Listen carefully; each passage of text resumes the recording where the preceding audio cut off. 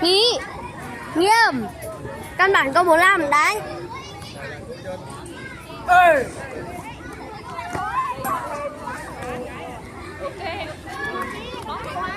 Nắm quá à, là số 2 là nắm hay là 1? Không là nắm đúng không?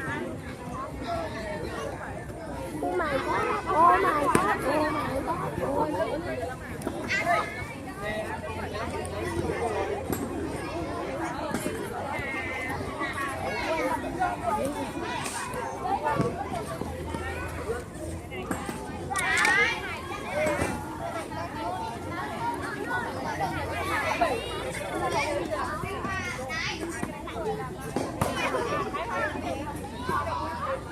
Xong cho Win vào cái nữa là trắng con.